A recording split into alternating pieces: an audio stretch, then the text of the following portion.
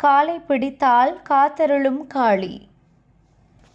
மதுராவில் வசுதேவர் தேவகிக்கு கண்ணன் பிறந்த அதே நேரத்தில் கோகுலத்தில் வசித்த வசுதேவரின் நண்பர் நந்தகோபன் யசோதைக்கு ஒரு பெண் குழந்தை பிறந்தது.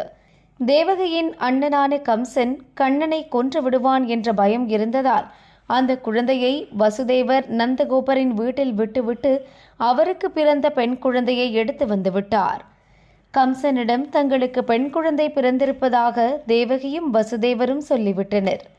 இருந்தாலும் அந்த பெண்ணாலும் தனக்கு அழிவு வருமோ என பயந்த கம்சன் அந்த குழந்தையின் காலை பிடித்து சுழற்றி வானை நோக்கி வீசினான். அப்போது அந்த குழந்தை காளியாக மாறி வானில் நின்றது. கம்சனே, உன்னை அழிக்க பிறந்தவன் வேறிடத்தில் இருக்கிறான். நான் அவனது சகோதரி. நானே உன்னை அழித்திருக்க முடியும். இருந்தாலும் நீ என் காலை பிடித்து விட்டாய்.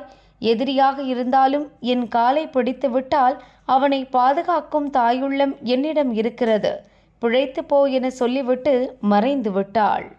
இத்தகைய கருணை உள்ளம் படைத்தவள் காளி தேவி.